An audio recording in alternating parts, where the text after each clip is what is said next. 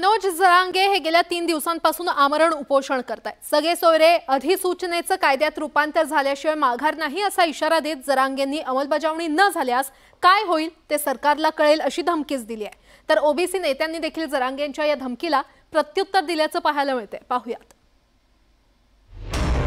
उपोषणाचं हत्यार, उपचाराला नकार। जरांगेंचा सरकारला इशारा आणि प्रहार। मराठा ओबीसी आरक्षण वादाला उभारी।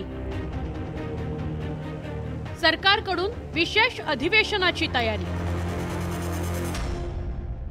मराठ्यांच्या ओबीसी आरक्षणाकरता जरांगेंनी पुन्हा उपोषणाचं हत्यार उपसलंय। उपोषणाच्या 3ऱ्या दिवशी जरांगेंनी सरकारला थेट धमकवायला सुरुवात केली। 15 फेब्रुवारीच्या आज सगळे सोयऱ्यांसह मराठ्यांच्या ओबीसी आरक्षणाची अंमलबजावणी झाली नाही तर महाराष्ट्रात काय होईल हे सरकारला कळेल असा इशाराच जरांगेंनी दिला। आम्ही तयार केलाय, करायला लावलाय, सरकारनं तोही केलाय।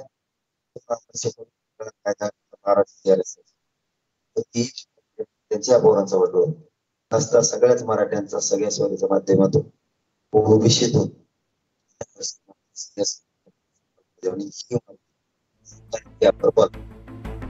एकीकडे मनोज जरांगेंचं उपोषण सुरू असताना सरकारनं मराठा आरक्षणासाठी विशेष अधिवेशनाची तयारी केल्याचं दिसतंय। 16 फेब्रुवारीला विशेष अधिवेशन बोलावण्याचा राज्य सरकारचा निर्णय जवळजवळ निश्चित झाल्याची माहिती आहे। या मंत्रिमंडळ बैठकीत मराठा आरक्षणावर अंतिम शिक्कामोर्तब होणार आहे। या बैठकीत मागासवर्ग आयोगाचा अहवाल मांडून तो स्वीकारला जाण्याची शक्यता आहे। तसंच आरक्षणाबाबतचं विधेयकही मांडलं जाण्याची शक्यता आहे। एकीकडे सरकार मराठा आरक्षणासाठी प्रयत्न करत असताना जरांगे ओबीसी आरक्षण आणि सगळे सोयऱ्यांवर अडून बसलाय। त्यामुळे ओबीसी नेत्यांनी पुन्हा एकदा जरांगेंवर निशाणा साधला। जरांगे जे इरेस पेटले आणि त्यामुळं कदाचित सरकार च्या मनात असेल की आणू, पण तो सगळे सोयरेचा जो GR त्यांनी आणायचा प्रयत्न केला तर समस्त ओबीसी समाजावर अन्याय होईल असं मला वाटतं। जरांगे आपल्या मागण्यांद्वारे सरकारला कोंडीत पकडण्याचा प्रयत्न करतायत, तर दुसरीकडे त्यांनी सोमवारीही उपचाराला नकार दिला। पोटात अन्न पाणी नसल्यानं जरांगेंना अशक्तपणा आलाय, पण जरांगेंनी मात्र डॉक्टरांच्या वैद्यकीय पथकाला तपासणी न करू देताच परत पाठवलं। तब्येत खालावत असतानाही जरांगेंनी उपचाराला नकार दिला।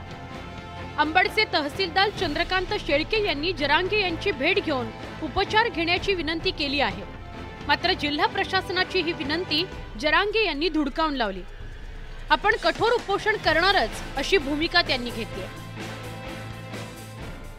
आज 3रा दिवस आहे। आजपर्यंत त्यांनी काही कुठली तपासणी करू दिली नाही।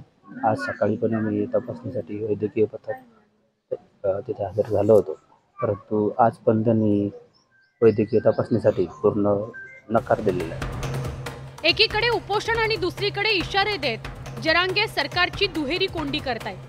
त्यामुळे आता सरकार जरांगेंच्या या उपोषणावर काय आणि कधी तोडगा काढतं याकडे अवघ्या महाराष्ट्राचं लक्ष लागलेलं आहे।